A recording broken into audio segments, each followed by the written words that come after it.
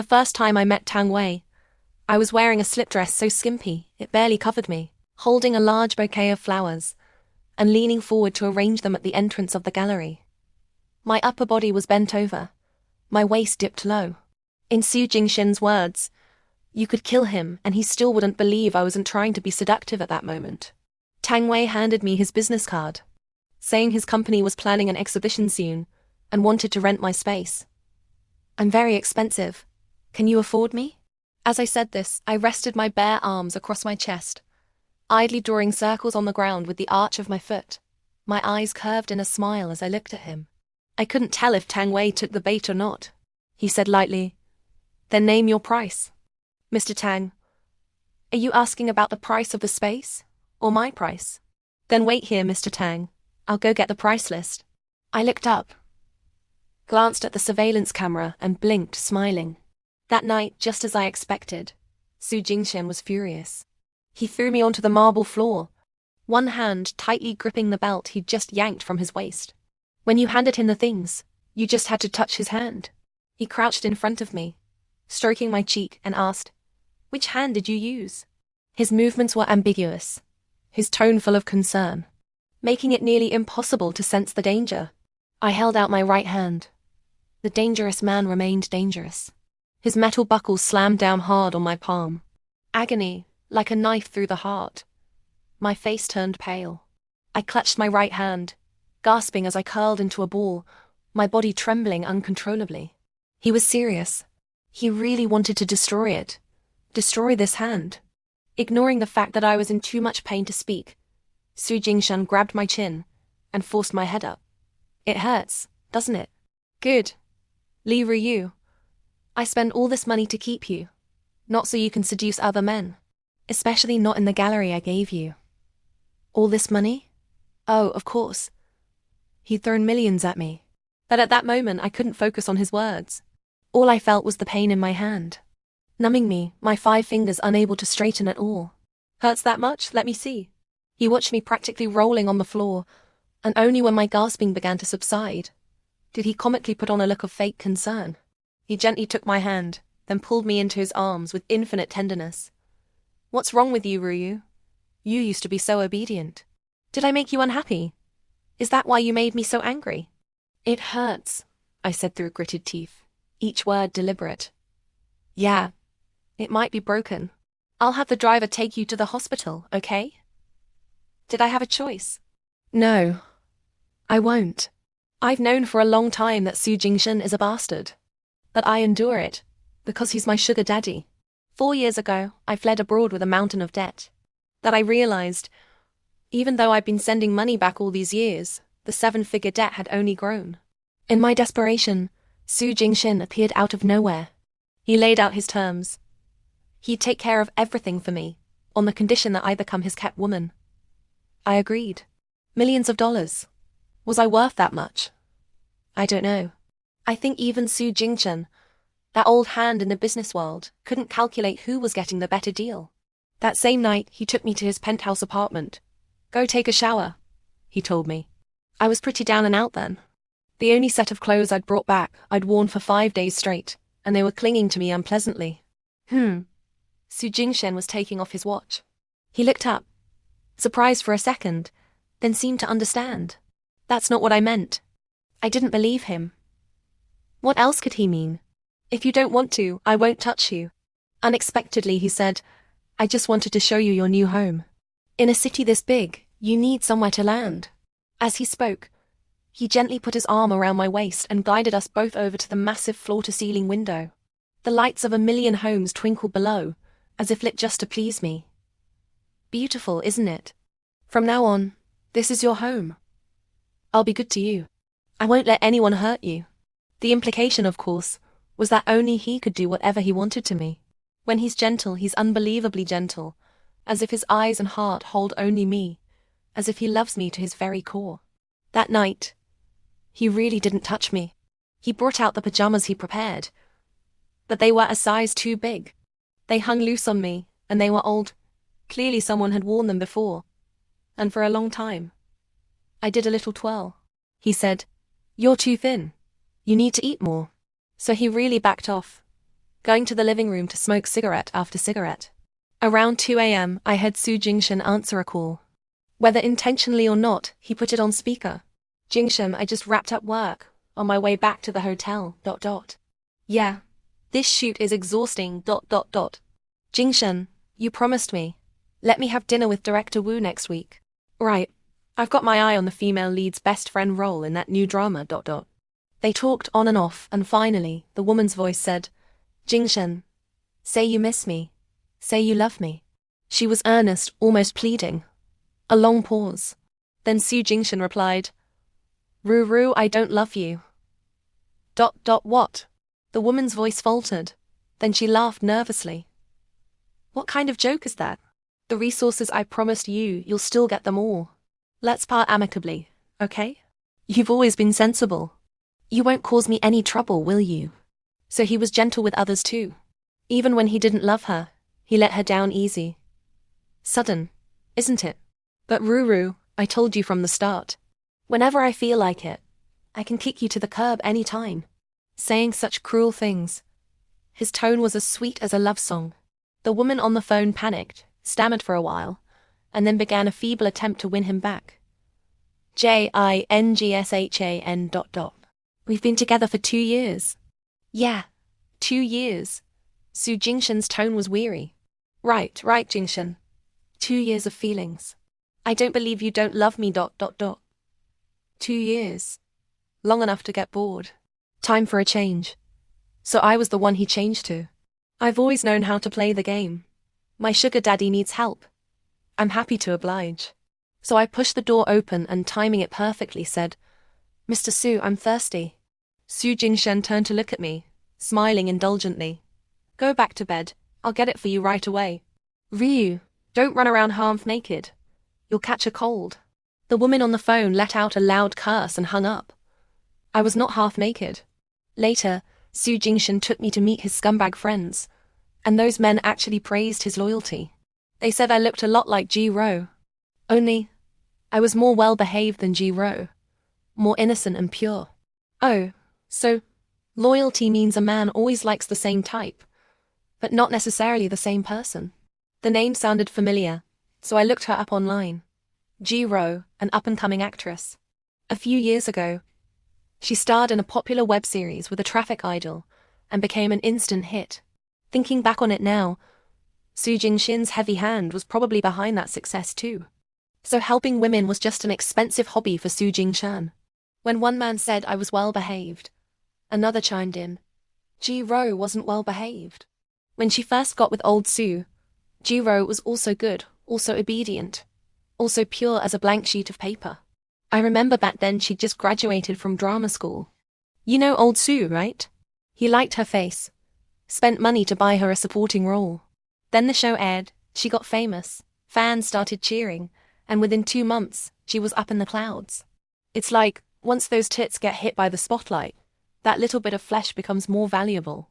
He finished with a loud laugh, and leaned in to whisper to Su Jingshan. Old Su, do you specifically look for women who look like Tang Shu? I think this new one looks even more like her. Alright, I win. I look more like her. Too bad she's too skinny. The man smacked his lips. Tang Shu had a rounder face. But Su Jingshan wasn't really laughing. He stubbered out his cigarette. Ji-ro looked like Tang Shu. I look like Ji-ro. What is this, a game of snake? Trying to make an infinite chain? Stupid man. One day he's going to bite his own tail. On the street, Su Jingshan leaned against a plane tree. He opened his phone. Played voice messages on speaker. One after another, Ji-ro's voice. From cursing, to arguing, to admitting fault, to begging.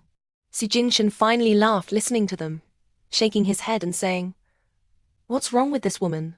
Now that we're breaking up, suddenly she acts like she only loves me. How much money did you spend on her? I asked him. Su Jingshan squinted. What?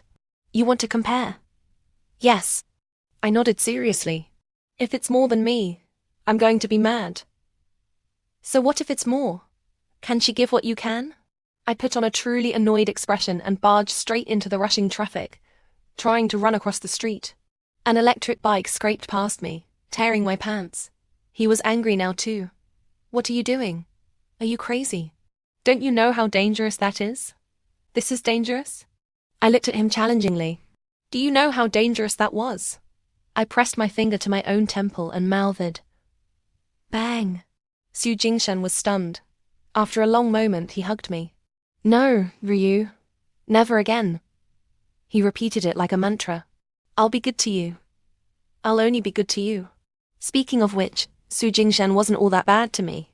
In the months that followed, he settled my nagging debts, found top doctors to pull my father back from death's door, and gave me a big house to live in.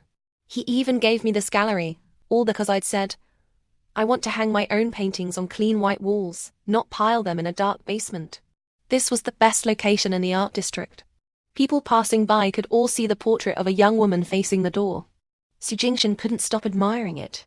The same painting also caught Tang Wei's attention. The morning after his visit to see the price list, he called me, saying he'd definitely decided to rent my space. He specifically mentioned not to take down that portrait of the young woman. We'll have to talk later, Mr. Tang. When I got his call, I'd just come out of the CT scan room. Are you okay? Not okay. Very not okay, Mr. Tang. My right hand is broken. The doctor says I might not be able to paint anymore. I joked. Maybe you could buy a few of my paintings on the side. Let me earn some money for medicine. My flippancy annoyed him. He questioned. Are you joking? Are you messing with me? No, it's really broken. I put on a pitiful voice. Mr. Tang, it hurts so much. I don't have a single friend here. Come keep me company. I don't have time, he said. A few seconds later, Tang Wei sighed over the phone and asked, Which hospital? I can only stay for an hour. I have something at 11. How subtle. Playing the pitiful card always works with men. Last night, Jingshan's driver had dropped me off at the hospital and left. I'd spent the whole night alone in the hospital bed, screaming in agony, harmonizing with the auntie in the next bed who'd broken her leg. Jingshan hadn't given a damn about me, not even now. When Tang Wei arrived, I was busy taking photos with my phone. With one hand out of commission, I was overjoyed to see him and called out, Mr. Tang, come help me. He took the CT scan report from my hand, frowned, and asked, How did this happen? How else?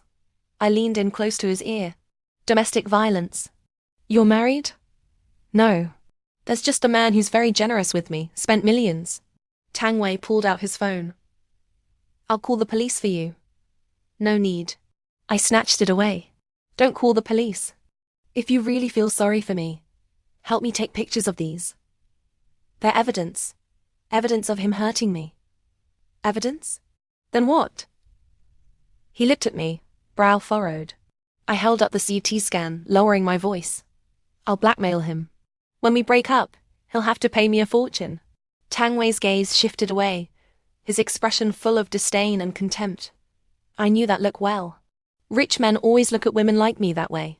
Called out. Tang Wei looked a little embarrassed. He turned his face away, not looking at me. It's not about hating or liking. Between us, it's just a normal business relationship. But you really like that girl in the painting, right? That 19-year-old me. I popped back in front of him. Tang Shu. Those two words were a curse. Jingshan avoided them like the plague. And behind his gold-rimmed glasses, Tang Wei's pupils suddenly dilated. He looked at me, even more on guard. Like a dragon whose scales have been touched uncomfortable, yet strangely thrilling. You know Tang Shu? He asked, each word deliberate. Know her? That's an understatement. I tilted my head with feigned innocence. Did you know, Mr. Tang? My sugar daddy is completely obsessed with that painting too. He's always saying the girl in it is Tang Shu. Tell me, is he blind? The girl in the painting is clearly me. Tang Wei didn't respond. He just studied me carefully, missing nothing, as if desperately searching for every difference between me and Tang Shu, trying to prove I was nothing but an inferior substitute. Enough to tease, to scratch that itch in his heart, but not enough to plant a thorn. Mr. Tang, I'm hungry. I tugged at his sleeve, pouting. I want some fried chicken. Tang Wei was an interesting case. He had this habit and automatic reflex to refuse. But seeing my pleading eyes and that face so like Tang Shu's, he showed a helpless, subtle smile and ordered takeout for me. His smile confirmed my suspicions. We were both hunting, neither knowing who was the prey. With my injured hand, I held out a piece of chicken. "Mr. Tang, would you debone this for me?" As he hesitated but ultimately took it, I suddenly added, seemingly out of nowhere, "Do you know anything about plastic surgery, Mr. Tang? I've heard some girls have bones removed to change their appearance. Sometimes ribs, sometimes the jaw." As I spoke, his hands froze on the chicken bone. His eyes fixed on me like a hawk. His smile flickered, but I knew with absolute certainty that his molars were grinding almost to dust. I didn't want to answer any of his questions. So before he could ask, I suddenly leaned down, caught his unsuspecting index finger in my mouth, and sucked greedily at the salty, savory flavor. Before he could react, I straightened up, laughing again. "Mr. Tang."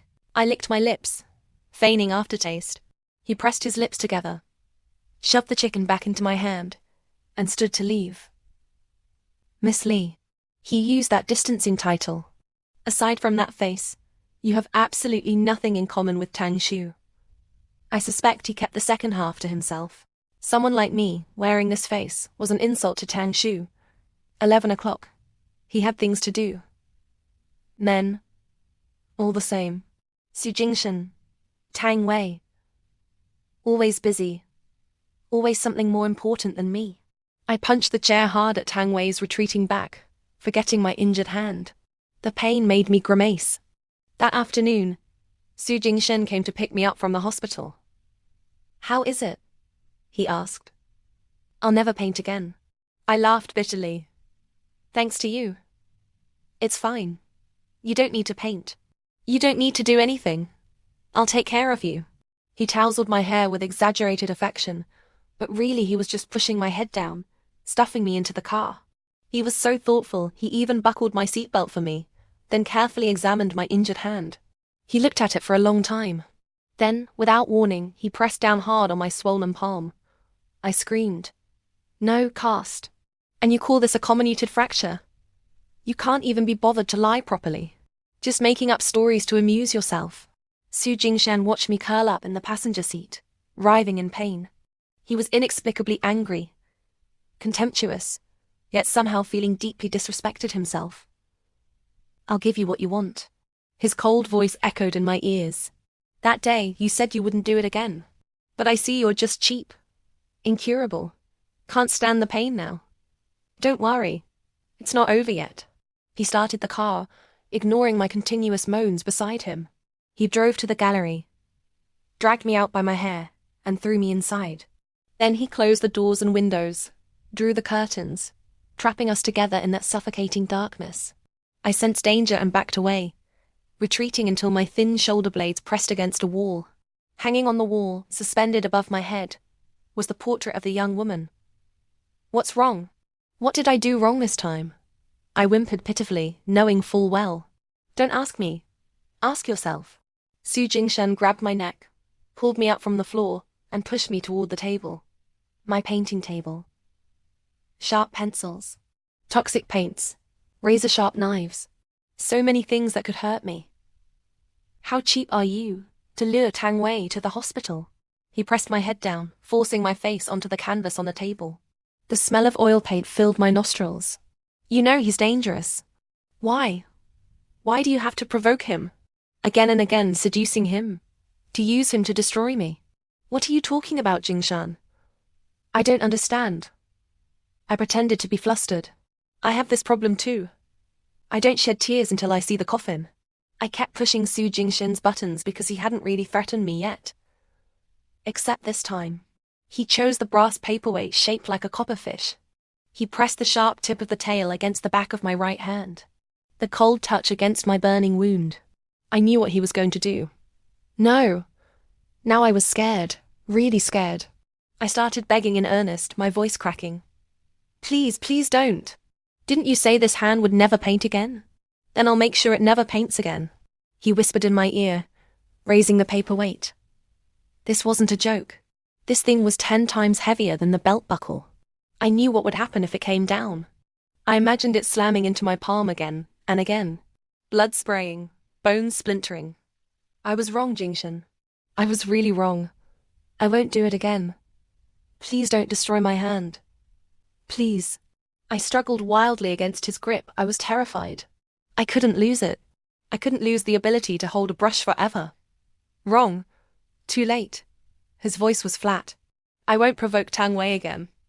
Let me go. Let me go. My pleas grew louder. Maybe I struggled too hard. Maybe Jingshan lost his balance. With a crash, the table overturned. We both fell to the floor. Paint splattered all over me. The paperweight landed an inch from my ear. Your painting table is saving you. Last chance. Jingshan stood up coldly, dusting off his suit. Don't push me just because you know I love you. After a long moment, he held out a hand. Come on, let's go home. I lay paralyzed on the floor, gasping. Was he letting me go? That night was like the first time he'd brought me here. Jingshan was alone in the living room again, lighting one cigarette after another. In the middle of the night, remembering the day's events, I went crazy. I rushed out of the room, and in front of Jingshan, I pulled off my loose pajamas and threw them at his feet. I'm not wearing this, I said. What's wrong? He stubbered out his cigarette and looked up at me, his gentleness restored. Sickeningly gentle. I can smell Tang Shu. I shouted at him. Come here. He beckoned. When I didn't move, he got up, picked up my struggling form, and sat me on his lap. Ryu, are you trying to tell me that because I had Tang Shu, you can mess around with other men? Before I could answer, Jingshan cut my face and shook his head seriously. No, you can't. I know I'm a bastard. But even if I am, you have to endure it. You have to stay by my side. No thinking about other people. No touching other people's hands. He took off his suit jacket and wrapped it around me. Don't catch a cold, baby. If you don't want to wear that dress, don't. He took my hand again. But this time, he was careful. Tender. Treasuring it. Do you think this is easy for me? Seeing you like this hurts me more than it hurts you. Bullshit. I mouthed the words at him, then jumped off his lap, ran to my room, and locked the door. The next day, Jingshan's driver delivered several new sets of pajamas. All latest season designer items. I tried them all on, picked out the ones I didn't like, and had the driver take them back to him. I also made sure the driver passed along a message. If he came over tonight, he had to wear the little dress with the plunging neckline.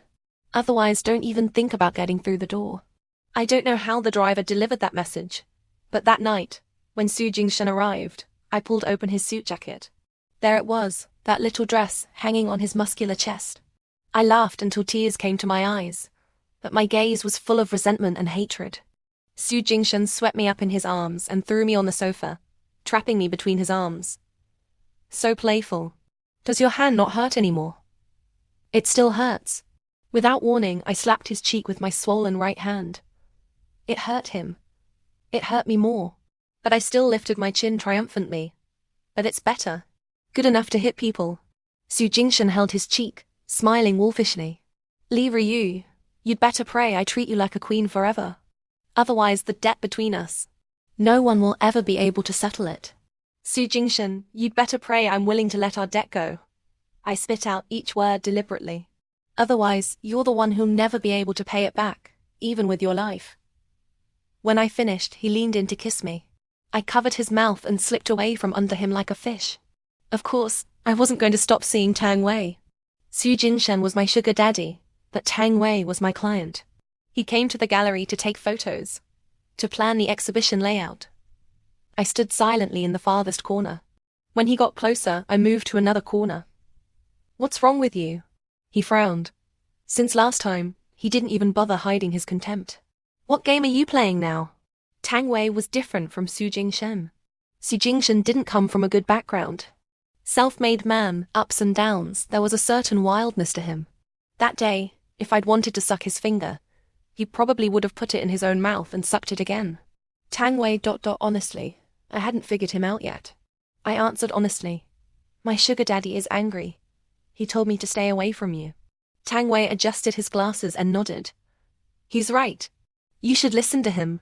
He stopped in front of the portrait again. He really couldn't get enough of it. Just as he reached out to touch it, I yelled, Art! Look! Don't touch! Tang Wei glanced at me, then asked seriously, Is that girl in the painting really you? Of course. I've seen this painting before. On Xiaoshu's phone. He looked up, as if dominated by the painting from above. Back then, I thought the girl in it was her. Tang Shu is your sister. Something like that. He paused, then added, she was my uncle's adopted daughter. A smile curled at the corners of my lips. Now it was my turn to stare at him like a hawk. So Mr. Tang, you must hate Su Jingshan too, right? At that name, he whipped his head around and met my gaze. Finally, I could state my purpose. You're right, Mr. Tang. The girl in this painting isn't me. I hate Su Jingshan. I hate that he treats me as this woman's replacement. I hate that he forces me to wear her clothes, to stare at her portrait. I force myself to stay calm, for the sake of the surveillance cameras. I want to destroy him, Mr. Tang. Don't you want the same? You know perfectly well that Su Jingshan is involved in Tang Shu's death. If the name Tang Shu was a curse, her death was annihilation.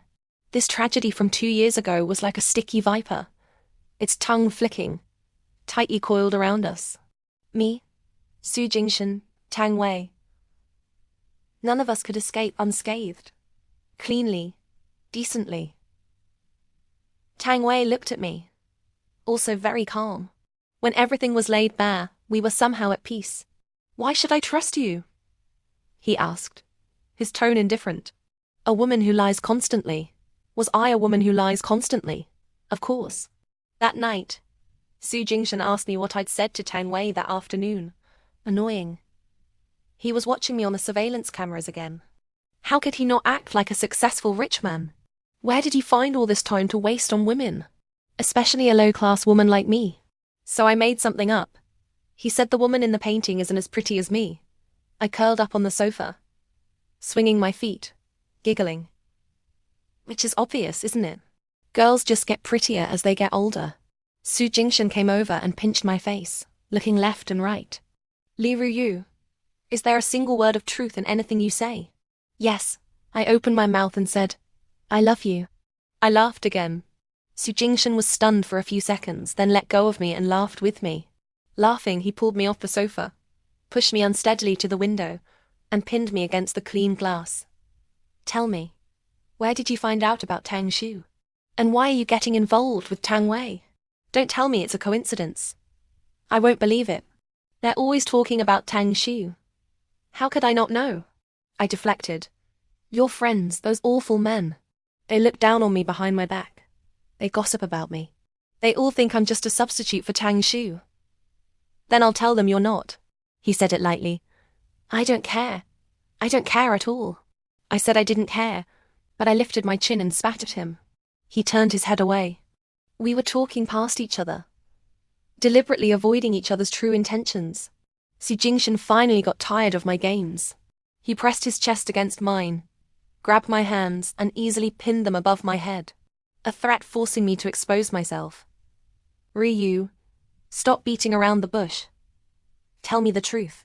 Who told you about Tang Shu? No one. I blinked. Oh, really? He let me go. The calmer he was, the more ominous.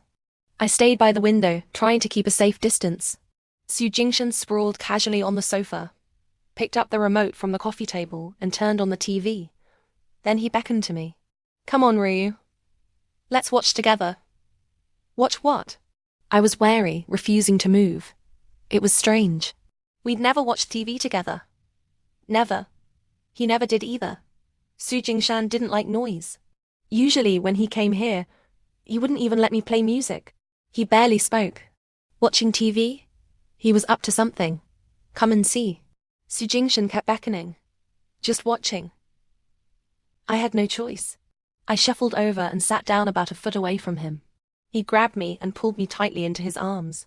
He shoved my head into the crook of his arm so I couldn't move. Then, with his free hand, he opened his phone and cast a video. Entertainment news. Shaky camera. A face on the screen. Ji-ro. She was still beautiful, but she was sprawled on the ground, covered in blood. The background voice emotionlessly exploited her tragedy. Popular actress Ji-ro was accidentally injured in an explosion scene while filming a new drama today. Suspected facial disfigurement, multiple fractures, serious injuries. Cold sweat crawled up my back. Accident, my ass. This was deliberate. Jingshan pinched the soft flesh at the back of my neck and lifted me up, like grabbing a declawed kitten. So pitiful. A famous actress. Her face ruined like that. Her life is over. I gritted my teeth, grabbed his collar. You did this. Jingshan, you did this. Why? What do you think? He didn't answer directly, just turned to look at me. Ryu, you know I didn't want this. I really wanted to part amicably. I even invested resources and money in her. But she didn't know her place. She had to tell you all those things. About Tang Shu. About being a substitute. Making you overthink. Making you unhappy. I raised my hand, but he caught it before it could fall. Don't even think about hitting me, Ryu. You think it would hurt? Even if it hurt me, could it hurt more than your own hand? He threatened. Be good, okay? I couldn't bear to see you become like Ruru. Jingshan took my hand and gently pressed it to his cheek. If you were like her, covered in wounds, your face destroyed ... double quotes. He used my hand to stroke my own features, infinitely tender. How heartbroken would I be? How heartbroken? He was terrifying. I didn't sleep a wink all night. In the sweltering July heat, I wrapped myself in a thick blanket, shivering in bed. Jingshan used his key to open my locked door. I screamed, "Don't come in." "Okay, I won't." He stopped. "I just wanted to ask if you had any plans tomorrow. I'm free in the afternoon. I'll go with you to the hospital. Check on your hand's recovery. Okay?" "I don't want you to." "Don't be stubborn, Ryu." Jingshan leaned against the doorframe, leisurely playing with my fear. "Not want me to? How could I not? If I didn't, what would happen to all that debt you owe? What would happen to your sick father?" I tore off the blanket and threw it at him. Jingshan picked it up, dusted it off, wrapped it around me again, kissed my forehead and left the room, closing the door. Yes, it was Ji-ro who told me everything about Tang Shu. 2 months after Jingshan kicked her to the curb, Ji-ro came to find me. She opened her mouth and showed me the 2 long scars inside. "You should leave him. You have to leave him." Ji-ro's tongue lightly traced the 2 scars that were her constant companions. "Otherwise, you'll end up like me, cutting up your face, bit by bit, to look more and more like that woman. And in the end, he'll kick you out like a stray dog, without a second thought." She pressed her cheekbones. "You know, I had these bones shaved down a full 7 millimeters. Almost died on the operating table. All because Jingshan said my profile wasn't like hers. My jaw was too wide. Not like the girl in the painting. Weak. Pitiful." Ji-ro held up 3 fingers. 3 times. I did it 3 times. Until Jingshan was satisfied. "Who is she?" I asked, knowing the answer. "Where is she? Imse. Where is she? Did she look down on Jingshan and run away?" "Tang Shu is dead." "How?" Ji-ro gritted her molars. This woman, a stranger, filled her with pain and hatred. An accident. A car accident. But was it an accident? Who knows? Tang Shu had a brother. That's all Ji-ro told me. Honestly, more than believing she couldn't accept being abandoned, and was using this to scare me off. I preferred to believe Ji-ro really was trying to save me. Didn't want me to follow her path. Didn't want me to carve my face into someone else's likeness. It was Jingshan. Jingshan was the bastard. Discarding her, then destroying her. I wouldn't follow her path. I wouldn't be destroyed by Jingshan. Instead, I would destroy that bastard myself. I saw Ji-ro once more. In the hospital. I don't know where she got a mirror, but when no one was around, she secretly looked at her disfigured face beneath the bandages. Then, with trembling hands, she smashed the mirror on the floor. When I entered the room, she was using a sharp piece of glass to shred her wrists. I screamed, covering my head. Soon several nurses ran in and pinned her to the bed. Ji-ro's vacant gaze slowly focused on me. Her lips moved weakly, opening and closing, soundlessly asking me, "Why?" I couldn't answer that question. After leaving the hospital, I ran wildly through the streets. I didn't know either. I didn't know why everything had become so terrible. I didn't know who the real culprit was. Was it Tang Shu? Jingshan? Or was it me? My mind was blank, yet tangled in knots. Before I knew it, I'd wandered onto the road. Cars whizzed past, grazing my shoulders. My mind was filled with the blood on Jiro's wrists. My ears were full of Su Jingshan's haunting. I love you. I didn't know what to do. I looked around lost. Until finally, a car stopped by the roadside. A man got out and rushed over, grabbing me. When his arm came around my shoulder from behind, I screamed and instinctively tried to push him away.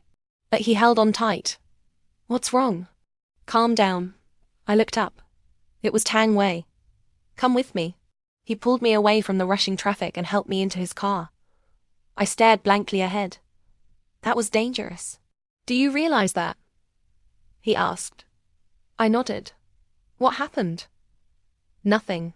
I ran my hand through my hair, took a deep breath and tried to act calm. What are you doing here? What a coincidence. I was on my way to see you. To sign the contract. He pulled some papers from his briefcase. Since I ran into you, I don't need to go to the gallery. I looked at him suspiciously, took a couple of deep breaths, then opened the contract. I ran my finger over the black and white text, reading it sentence by sentence. Do you ... When I'd read every word down to the last line, Tang Wei ventured. Not trust people easily.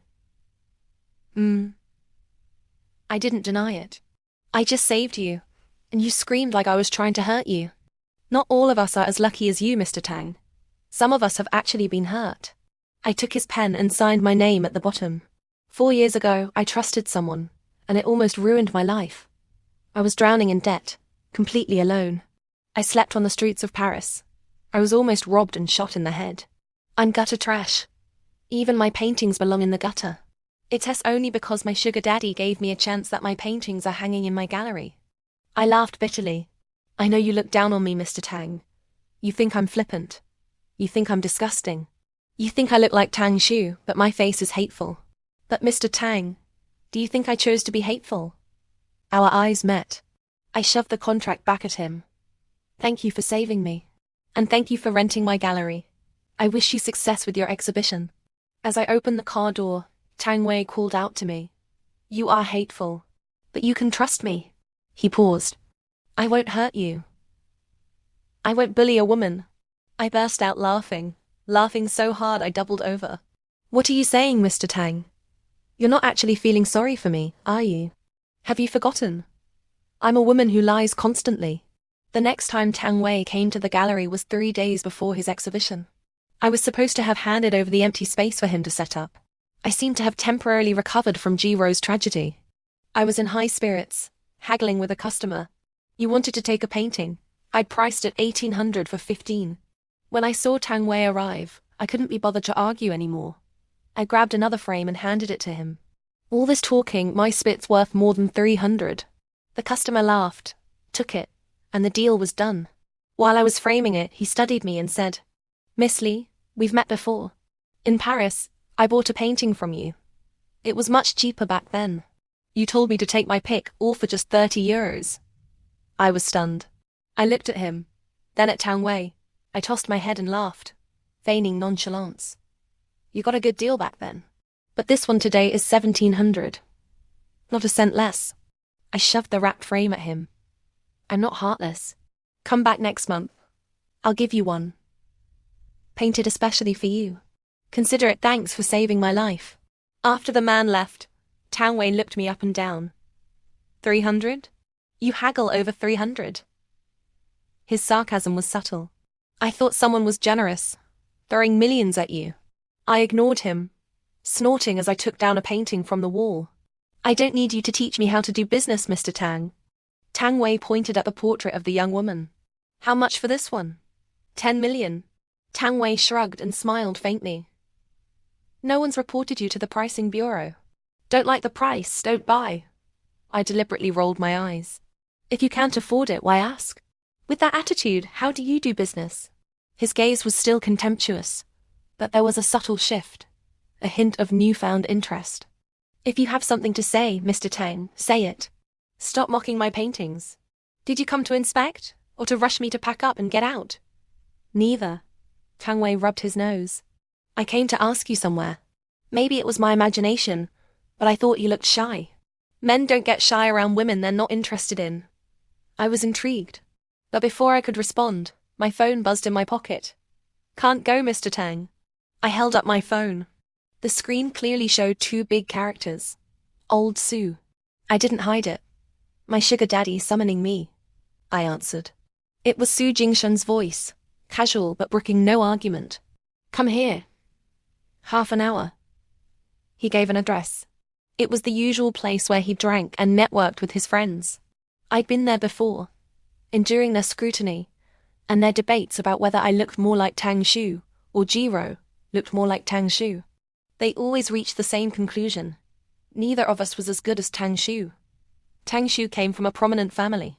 She was shrewd and experienced. She'd been a powerful force in Su Jingxian's business, the goddess who'd saved him from his troubles. And me? I was a beautiful waste, a lowly plaything. I'd complained to Su Jingshan once. He'd dismissed it. Don't listen to them. You're not a waste. You paint. You paint so beautifully. My paintings are too good for them. I'd bitten him hard on the neck. I'd ask him, do you even understand my paintings? Yes, he'd say, earnestly perfunctorily. Beautiful. He didn't understand.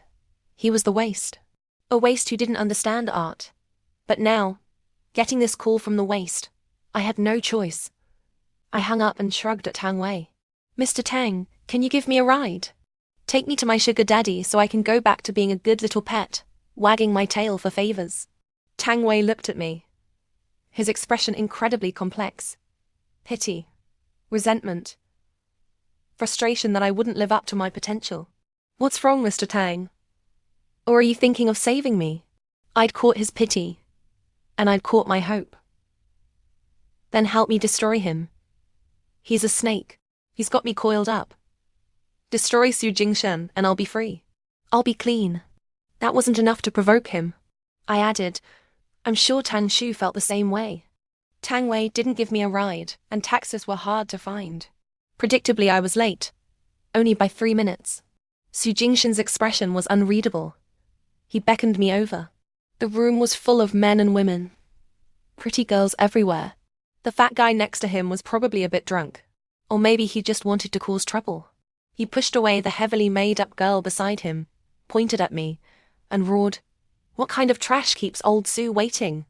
Su Jingshan pushed his hand down. Don't scare you. She's timid. What's the matter, old Sue? The fat guy was even more worked up. His face flushed with alcohol. He threw an arm around Su Jingshan's neck, his boozy breath hot. You really think she's something special? Don't think I don't know. I've heard all about it. She's just some debt-ridden girl who looks a bit like that Tang woman. That's why you took an interest. Su Jingshan lowered his head, non-committal. She's too skinny. That's one way she's not like Miss Tang. The fat guy's smile turned lecherous. He jutted his chin at me. Old Sue, I like him skinny. I shuddered with disgust. Not her. Su Jingshan still didn't look up. His voice was low. She's my girlfriend. Brother Ma, don't mess with me. Su Jingshan was still calm. She's innocent. You'll laugh, but in 2 years I've never touched her. I like her even more now. He was determined. Old Sue, I want her. I grabbed a glass bottle from the table and clutched it tightly, ready to defend myself. What? You gonna pull that TV drama crap? Die before you let me touch you? The fat bastard laughed even more lecherously. Idiot. Watch less TV. I glanced at Su Jingshan. He was watching me with a hint of amusement. He even lit a cigarette and casually put it in his mouth. He wouldn't help me. He'd done his part. The rest was up to me. I smashed the bottle on the marble table, leaving a jagged edge of glass. I pointed it at him. Boss Ma, if you touch me, I'll make you die before I do. The fat guy processed this for a second, then froze. After a long moment, he laughed contemptuously and moved closer. When he was close enough, I raised the bottle high. Just as I was about to bring it down, Su Jingshan grabbed my hand in mid-air. See, Brother Ma? Su Jingshan grabbed my other hand and showed it to the fat guy. Look, last time I broke her hand, she was good for 3 days. Then she was back to fighting me every day. Brother Ma, she's not Tang Shu. She's got claws. And when she shows them, They draw blood.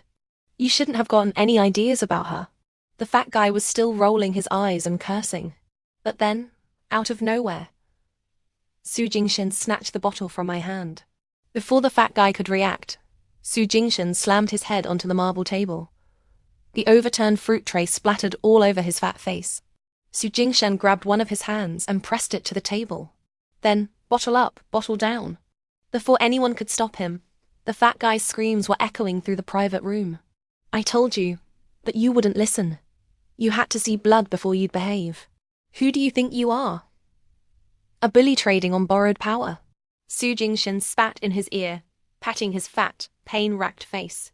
You're not worthy to touch her. You're not even worthy to look at her. After we left, Jingshan held my hand tightly all the way to the car, then helped me into the passenger seat. What's wrong? Cat got your tongue? Seeing me dazed, he leaned over to buckle my seatbelt. But he didn't straighten up. I looked back at him steadily. Jingshan, I just think it's a shame. A shame about what? I made a weapon, and I didn't get to try it out on you. You hate me that much. I nodded emphatically. Ungrateful. Jingshan squinted, smiling. Get this straight, Li Ryu. I just lost a multi-million-dollar deal because of you. Then you shouldn't have called me here. None of this would have happened. I shot back, expertly. You said they all looked down on you. Said you were just a substitute for Tang Shu. He had his logic. After today, no one will dare. We looked at each other. Utterly sincere. Utterly hostile. After a long moment I spoke. But I said the words he least wanted to hear. Let me go, Jingshan. Pay off my debts. We'll be square. Let me live with dignity. Let me stop hiding in the gutter. No, Ryu. No. He gently smoothed the stray hairs from my forehead, his voice unbearably beautiful. I'll deal with the debt collectors. I'll make sure you never have to worry about money again. But I'll never pay off your debts completely. That's the only way you'll always need me. The only way you'll stay by my side. The only way you won't disappear again, like you did abroad. I clenched my teeth and forced the words out in a breath. You're a bastard. Bastard, then. He pulled me into his arms. As long as you stay, anything is fine. No matter how disgusting. No matter how despicable. I glared at him with contempt. But he nodded, shamelessly. No matter how disgusting. No matter how despicable. The deal naturally fell through. I don't know how much money Jingshan lost, but I'm guessing it was more than I owed. It must be nice to be rich. He wasn't the man he used to be. Back when he went bankrupt, Jingshan was broke. You could search him top to bottom and not find a few $100s. But now, he could be moved to anger by a beauty and throw away a fortune on a clumsy performance of self-gratification. The next day, I went to the gallery. The owner of the neighboring art studio brought me a bunch of flowers. She said, I'm so jealous, Xiaoli. Your boyfriend is so romantic. Romantic how? I was baffled. Then she showed me photos she and her friends had taken by the river the night before. In the darkness, on the massive screen of a skyscraper across the water, my painting was being displayed. It wasn't in the gutter. It was glowing. Lighting up the night sky. Being looked up at by hundreds of people. Jingshan doesn't understand paintings. The art I treasured was just a pretentious plaything to him. He wouldn't do something like this. He'd think it was beneath him, then. I remembered Tang Wei saying he wanted to take me somewhere. Do you like me? I called Tang Wei, getting straight to the point. He was silent on the other end. After a long moment, he cleared his throat. No, I like the art, he said, or rather, I respect the art. You and your paintings don't belong in the gutter. Where did you get that painting? Secret. I wouldn't give up. What are you after? Why are you being nice to me? He was silent again. I really had a gift for rendering people speechless. Or you could just admit it. Because I look like Tang Shu. You have some strange feelings for me, I probed flippantly. You want to sleep with me, don't you, Mr. Tang? Sometimes, when you say things like that, I really think you don't deserve to be loved. Bestowing his favors upon me. But, he added, you have to learn sometime. Mr. Tang, let's meet. Now. I spoke without warning, emphasizing, somewhere private. Just us. He thought for a moment. Your gallery. No, I admitted frankly. There are cameras there. He can see everything I do. So I stated my intention. Or could I go to your place? Has Tang Shu been there? She's your sister. She used to live in a big house like that, didn't she? I was a little too eager. Maybe Tang Wei didn't have any strange feelings for me, but his actions had ignited a strange flame in my heart. Jingshan pretended to dote on me, but I felt like someone who had never known kindness. And Tang Wei's perplexing, sudden benevolence had made me lose my composure. He agreed. I could go to his place. As I'd expected, it was in a location that was both private and convenient. Understated but elegant. He opened the door and asked me what I wanted. I stood at the entrance to his courtyard and took off my coat. Underneath, I was wearing the slip dress I'd had on when we first met. Revealing, yet conservative. Covering everything that should be covered. Exposing everything that should be exposed. Mr. Tang, if my body pleases you, will you help me? I looked up at him, blinking, just as I always did when I looked at him like that. Like a fox possessing a fawn. Innocent and cunning. Help you with what? He asked coldly. I owe millions, I said. Tang Wei's expression was helpless. He took off his suit jacket and draped it over my shoulders. That's not something I should help with. Don't stand here. Come inside and talk. Letting me in was like locking a crazy little fox in his house. Sure enough, as soon as we were inside, I grabbed his collar impatiently and pinned him against the wall by the entrance. I stood on my tiptoes, my lips close to his, and whispered, Mr. Tang, is this okay? Before you learn to love and be loved, it's not okay. He was still serious. Always serious. Not with me. He straightened his collar. And preferably not with Jingshan either. I'll tell you a secret. I've been with him for 2 years. He's never touched me. I've never touched him. Tang Wei's head snapped up. That I'm cleaner than you imagined. That maybe I'm worthy of your bed. I pushed against his boundaries.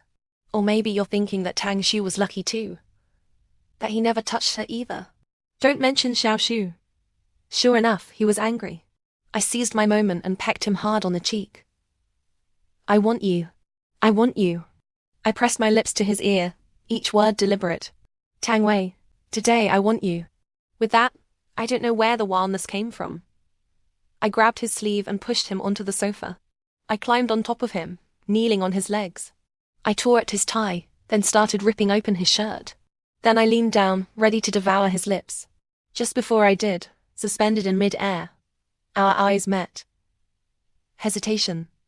And then, without warning, Tang Wei counterattacked. He flipped us over, trapping me beneath him. He grabbed both my wrists and pinned them beside my ears. Fun, is it? You want to play? Use your body as a bargaining chip to win more.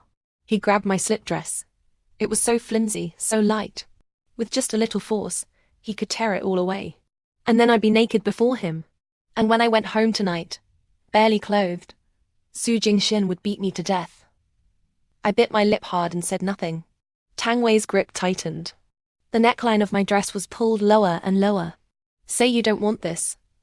Say you won't use your body to please people. Li Ruyu, your body is not your weapon. Your hands, the ones that paint, those are your weapons. It was the first time Tang Wei had used my name. I won't help you, but I can help you save yourself. Why? Why save me? Because I look like Tang Shu. You can't bear to see someone with her face repeat her tragedy. No. Because I need you too. His grip tightened, crushing my silk slip dress. He repeated, Say you don't want this. I thought for a long time. I don't want this, Tang Wei. Let me go. I don't want it anymore. I finally spoke. Tang Wei, save me. And let me save you too. That was probably the most honest we'd ever been. I used to think the simplest, most complete honesty was through the body. Tang Wei taught me that wasn't true. Where to begin? I wrapped Tang Wei's jacket tightly around me, like hiding in a cocoon. But my head had to emerge. Let's start with the day Jingshan found me outside my father's hospital room. So I told Tang Wei how Jingshan had targeted me, imprisoned me, using his power and his madness. Then how he abused me, how he made escape impossible. Even now, he didn't have to do anything. Just throw me out, and the debt collectors would tear me apart piece by piece, leaving nothing. You want to know her history with Su Jingshan. You want the culprit to answer for her death. Only then can you be free. Be saved from the guilt of not protecting Tang Shu, right? I laughed softly. Enough to destroy him. Enough to save the people he's destroyed. Tang Shu is dead. You're the only one who can get that information. Maybe it contains the truth you're looking for. So, you use that painting to attract me. To make me come to you. Yes. I admitted readily. Su Jingshan said Tang Shu hated that painting. Hated it so much she once forced him to burn it. But she kept it on her phone, looking at it over and over. So I guessed you must have seen it among Tang Shu's belongings. If I hung it up, you'd definitely come to my gallery. He was silent. The key to our mutual attraction was now completely exposed. Actually, it wasn't just her belongings. Before Xiao Su died, she sent me an email. No words. Just that painting. He suddenly stared at me, studying me intently. One last question. Tell me the truth. Who is the person in the painting? I lied. I had to. I said it's Tang Shu, it wasn't. I knew who it was. Su Jingshan knew. Tang Shu knew. I didn't dare say it. I was too cowardly. Mr. Tang, I tested. So, you'll help me, right? You come from a prominent family. You have money and power. You have huge professional legal teams. Experienced business elites. You must have a way, right? Each word deliberate, I laid out my purpose clearly. A way to destroy him. Destroy Su Jingxian. Tang Wei looked straight at me. His expression was still pitying and contemptuous. I actually feel sorry for you. You've probably lost the ability to not lie. The truth, which neither Su Jingshan nor Tang Wei told me, was that Tang Wei's retaliation and containment had already begun. When I hadn't been to the gallery for several days, Su Jingshan asked me why I'd lost interest so quickly. The gallery had been open less than a year. He came over to hug me, to soothe me. If you don't want to go, don't. I bought it for you as a pastime anyway. What new hobbies do you have? I'll buy them for you too. In Su Jingshan's eyes, I was always just a pet, not a person.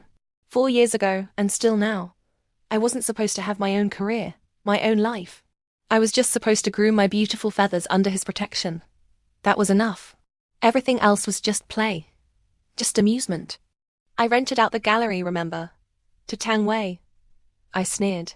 You saw it clearly on the cameras, didn't you? But his smile froze. It dropped to freezing point. I sensed danger and instinctively backed away. Then do you know he's about to announce his new project in the gallery I bought for you? Su Jingshan's jaw was tight, his molars grinding. A project he took from me. He's showing off, using your hand to slap my face. Su Jingshan moved closer, towering over me. He grabbed my injured hand, squeezing hard. And you just offered it up to him. I tried to pull away, but couldn't. Ryu, do you still hate me this much? Do you still want to destroy me? Whenever this topic came up, he was always frantic. Can you never let go of what happened 4 years ago? Never. I glared at him with hatred. Until you die. But Su Jingshan's gaze suddenly softened. He pulled my head into his chest. What nonsense are you talking, Ryu? I can't die. If I die, what will happen to you? I need to take care of you forever. Compensate you for my whole life. Disgusting. Su Jingshan always did the opposite. The more he compensated, the more he owed me. The afternoon Tang Wei returned the space after using it. I went to inspect. Just as Su Jingshan had said, he was using my gallery to slap Su Jingshan's face. As I was cleaning up, moving out my old paintings, I tripped while taking out the trash. Tang Wei came to help me up. I instinctively flinched away, glancing at the camera. If he sees that, I'm done for. Smash it. What? Tang Wei looked at me firmly. I said smash it. Don't let him watch you. Then how do I go home tonight? If you're scared, forget it. Protecting yourself first is the right thing to do. Tang Wei turned to leave. I'm going now. If there are any further costs or problems, feel free to contact me. Tang Wei. As he walked out the gallery door, I called out. Hold me up. I can't reach. I can't smash it. He was stunned for a moment. There's no need for all that trouble. There really was no need for trouble. It only took Tang Wei 2 minutes to cut the camera's connection wire. He dusted off his hands and told me to tell Jingshan that his exhibition and project announcement were for eyes that shouldn't see. I didn't relay the message to Jingshan. He went mad, tearing at my clothes, scattering them like fragments on the floor. Li Ryu, I've been too lenient with you. Too lenient. I couldn't even bear to touch you, enduring your stubbornness, your arrogance, your provocation. Jingshan, if you touch me ... What? He laughed coldly, as if seeing through my tricks. If I touch you, you'll kill me. Jingshan, if you touch me, I'll kill myself. My voice was flat. And I'll leave here. Die somewhere you can't find me. You'll spend your whole life without even seeing my body. Jingshan froze. After a long moment he laughed. What's wrong with you? You adjust your tactics depending on who you're dealing with. Try me, Jingshan. I have nothing to lose. While he was distracted, I wrapped myself in the blanket and retreated to the head of the bed, putting distance between us. Didn't you ask if I hate you? If I want to destroy you? Yes, Jingshan. I hate you. I hate you to death. I want to destroy you more than anything. I will never forgive you. Back then, it was you and Tang Shu. You joined forces to destroy my life. Jingshan moved closer, grabbed my chin and forced it up. You think that just because you've hooked up with Tang Wei, I'm helpless? Ryu, have you considered what would happen if Tang Wei really knew everything? If he knew all the truth? I had thought about it, and I believed Tang Wei would find out eventually. In the days that followed, Jingshan and I maintained a surface peace, each wearing the other down. I knew he'd made many enemies in business. I knew Tang Wei was constantly giving him a hard time. He became more emotional, more clingy. He said he was afraid I'd run away. He said when he was paying compensation for that incident with Boss Ma, what he thought about wasn't the money. It was that, if one day he was ruined, penniless, he couldn't protect me. What would happen if I left? What would happen if someone hurt me? Thinking like this, Jingshan even voluntarily told me one day, Ryu, I've saved some money for you. If something happens to me one day, it'll be enough to pay off your debts. Enough for you to live comfortably for over a decade. Pa, who wants your false affection? You deserve it, Jingshan. I didn't accept his kindness. I cursed him. You should go to jail. You should die. Forget about others. Forget about me. Just for Jiro, you deserve to die. He was silent. Then he held me tighter. I won't die. I haven't repaid what I owe you. I won't die, stupid man. At least he knew he hadn't repaid what he owed me. Jingshan was an old hand. These things wouldn't bring him down. Ups and downs, but in the end he stood firm. Tang Wei kept attacking. Jingshan kept countering. One day, while I was painting in the gallery, Tang Wei came to me. He said he wanted to take me away. Where? I asked. Anywhere. Just leave here first. He looked at me like he was looking at Tang Shu years ago. As if, by reaching out now, Tang Shu wouldn't have died. And I wouldn't be doomed. Just me? I can take you. Or you can leave first. I'll find a chance to bring you back, he explained patiently. Jingshan's been making a lot of moves lately. I'm afraid he'll hurt you. Find a chance to bring me back? He said that too back then. I suddenly lost focus, muttering unconsciously. Who said that? No.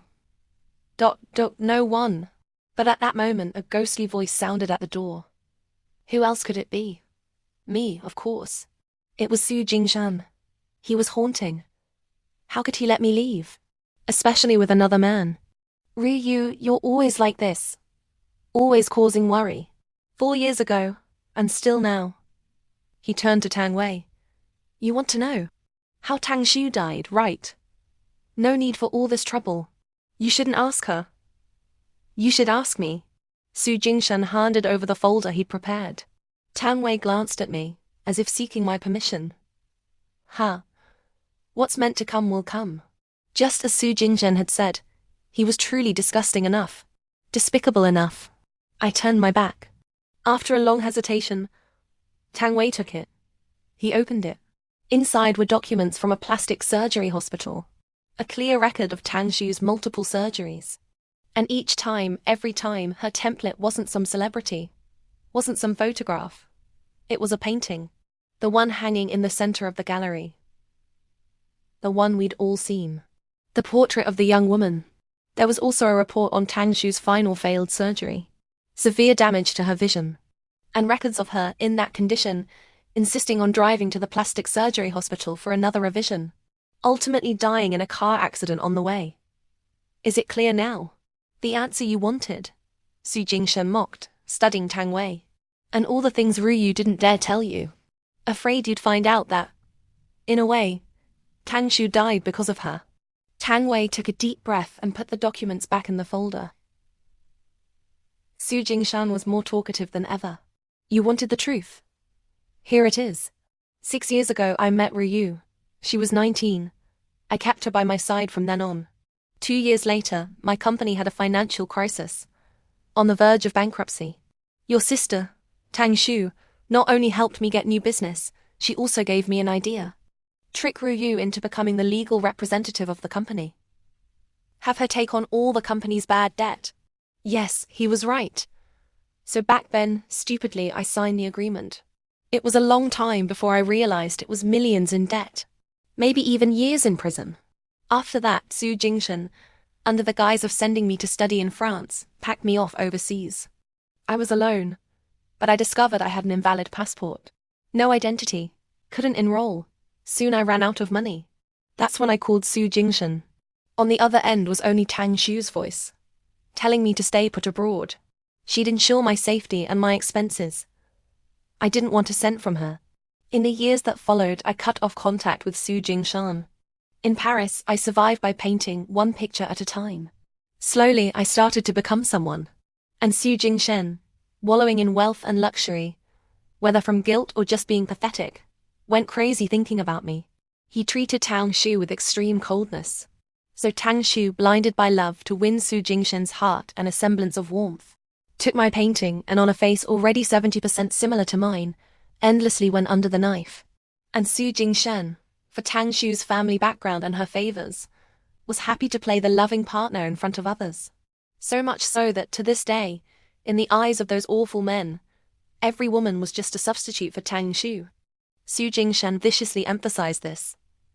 I'm involved in Tang Shu's death. She is too. Tang Wei ignored him. He walked straight up to me. Is what he said true? Yes, he said. This is something you should have told me. Not something I should hear from someone else. With that, Tang Wei left the gallery without looking back, leaving Jingshan, smug yet dejected, staring at me with a smile. How pathetic. This was the best he could do. Jingshan, I don't blame you for doing this. Your nature is just that despicable. I grinned carelessly and threw the folder into the air. Papers scattered everywhere. I just feel sorry for you. That you have to use this method to keep me. That night, I didn't go back. Didn't go back to the big cage where Jingshan imprisoned me. He blew up my phone with calls.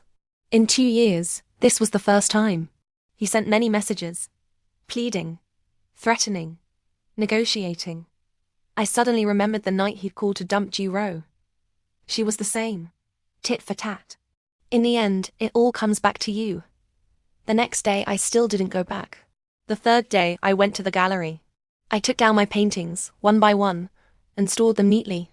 Except for the portrait of the young woman in the prominent spot. I didn't take that one down. I sat on the windowsill, hugging my knees, looking at it over and over. Jingshan had kept this painting for so many years. But he never understood why the girl in it smiled so sadly. Because back then, even though she was only 20, she could see the unreliability of so-called love, the proximity of betrayal, the turning of human nature. As I looked, someone knocked on the half-open door. Anyone here? Asked a girl with her cap pulled low. Who? She took off her cap, revealing her burned face. Do you recognize me? Jiro. Of course I did. She said her recovery was going okay. There was still a chance to repair some of the scars on her face. But her acting career she could never go back to. As she spoke, she sat on the windowsill with me. She looked at the painting too. Looked left and right. Then, seemingly casually, she said, Jingshan came to see me. A few days ago. Came to see you for what? He told me everything I thought was wrong. I shouldn't hate Tang Shu. I should hate you. He said I was pitiful. My face ruined, and I didn't even know I'd been sculpted to look like you. He said when we were together, the pajamas he gave me to wear were yours too. They had your scent. That's how he could sleep. He's so despicable, I spat. Very despicable, Ji-ro agreed. I asked him why he was telling me all this. He didn't say. But I guess he wanted me to go crazy. To hurt you. To tell everyone about this. I was silent. I won't do that. Ji-ro threw her cap on the ground. If I did, I'd be just as despicable as him. Besides, why should girls bear the burden for men's mistakes? We both looked at the girl in the painting. Yes, 19 years old. Innocent. Beautiful. Ignorant. Sheltered. Yet deceived.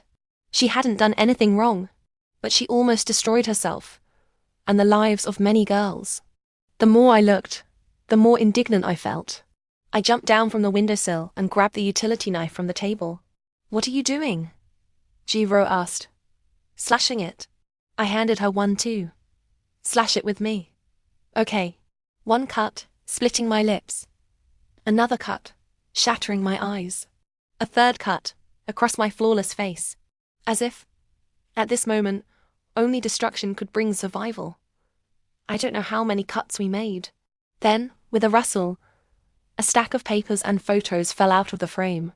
I was stunned for a long time before I picked it up and opened it. At the top, clearly written, were the words. Letter of report. How he had framed me, and how he had committed illegal acts in other matters. The signature was 2 graceful characters Tang Shu.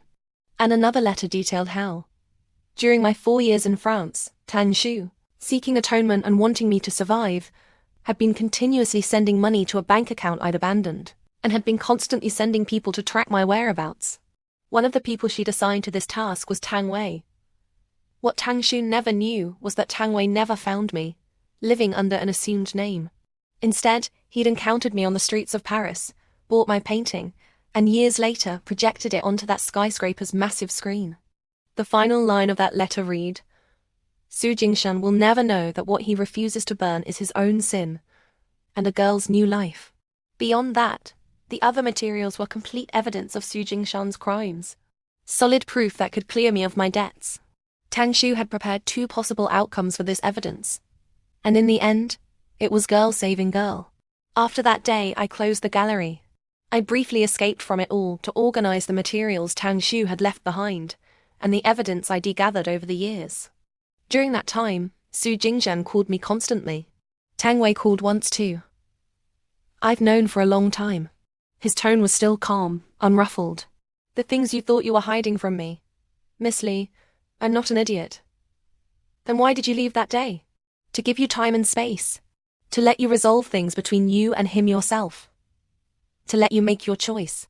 To let you face it. There was even a hint of apology in his voice. That day when I looked at you, your gaze was so determined, your attitude so resolute. I suddenly realized I might have been wrong. I was just selfishly trying to protect you. But probably, no girl wants to be forever protected, forever collection. After a long moment I said, in the future, I want to open another gallery. My own. Okay. And right across from the entrance, I'll hang a painting. Of me at 25. Okay. I suddenly called his name, dejected and defeated. But why do I feel like I've paid such an enormous price? Even though everything is about to return to normal, I still feel like so much is missing ... double quotes. He didn't answer me. He couldn't. Just as I couldn't answer myself. Maybe what was haunting me wasn't Su Jingshan, or Tang Shu's death, or those 4 years in Paris. It was the cowardice, the self-deprecation, the excessive vigilance, the bone-deep disappointment. To the point where I could no longer reach out, could no longer hold on. I finally answered one of Su Jingshan's calls. I don't know what I was thinking. Was I gloating? Or was it lingering affection? As I heard his voice, I held in my hand the evidence that would destroy him. On the other end, he said, begging me to see him one last time. I didn't hesitate. Impossible. No matter what. I was resolute. No matter what. I love you, he said, utterly sincere, infinitely tender. I hate you. Where are you? In Paris. You won't find me. I don't want to see you. He was silent for a moment, then pleaded, as if summoning courage. Ryu, let me see you, just once. I'll do anything. I'll pay any price. I laughed dismissively. You love me that much? Yes, any price. I don't care. I spat the words out, as if releasing years of resentment. Su Jingshan, we will never see each other again in this lifetime. No, not even after death. Not even as ashes. Ryu, don't be so absolute. He laughed indulgently, but it was filled with sorrow. I'll find a way. I'll see you again. Never. Then wait for me. He pretended we were still together, like 4 years ago, like yesterday. Ryu, I miss you so much. 3 days later, I received a call from the prosecution. Su Jingshan was accusing me of embezzling his company's assets. He was taking me to court. Just as he'd wished, he struck first, and he got to see me. He smiled at me, as if trying to see a lifetime in that one glance. Before I could even present the ironclad evidence I'd meticulously prepared, Su Jingshan raised his hand voluntarily. I am guilty. I violated Miss Li Ryu's rights. I caused her to bear millions in debt for me. I destroyed several years of Miss Li Ryu's young life. I was unrepentant, even attempted to imprison her, to coerce her. I confess my guilt. To see me one last time, he turned himself in. I looked at Su Jingshan, listened to that still pleasant voice, and found him both strange and familiar. Once, he was the Su Jingshan who would destroy my life for his own gain. Today, he was the Su Jingshan who would willingly surrender for the sake of those words. I love you. People. So ridiculous. So complex. But I still wouldn't forgive him. Never. When I saw Tang Wei again, I was sitting at the entrance of the gallery. I was staring blankly ahead, my eyes unfocused. He sat down beside me. Do you want to know how long Su Jingshan was sentenced to? I shook my head. No. I lifted my head to look at the sun. It was so dazzling, but I didn't want to look away. I felt like it had been so long since I'd stood tall like this, living under the sunlight. Mr. Tang. I suddenly remembered that my first encounter with Tang Wei had been right here. Back then, I was holding a bunch of flowers. Our acquaintance was truly unsightly. I don't know how to express this. If fate allows in the future, I'll paint a picture for you. I cut off whatever he was about to say. Su Jingshan is despicable, yes, but I am also crude and vulgar. I am not worthy of you, and I know I haven't yet found my ability to love and be loved. Mr. Tang, we met here. Let us part ways here as well. If fate allows, if we meet again someday, let it be as if we are meeting for the first time. Let it be dignified, equal, without expectations. I was refusing him. Refusing a kindness he might not have even been offering. After that, many things happened. Su Jingshan received his legal punishment. He never asked to see me again. Maybe that last glance really did last a lifetime. Although the scars on Jiro's face never fully healed, she was fortunate enough to receive help from kind people. She played special guest roles in some dramas, still active in the public eye. It took me a long time, but I finally have my own gallery, filled with my paintings. Many years later, I went back to Paris to attend an exhibition. At the entrance of the exhibition hall, I was holding a large bouquet of flowers given to me by the organizers. It was huge, almost half my height. Miss, how much are your paintings? A Chinese accent. Cultured and gentle. I tilted my head, struggling to see the person opposite me. But just one glance. Maybe this was the best kind of reunion I could imagine. If it's your painting, it's free. My eyes curved into a smile,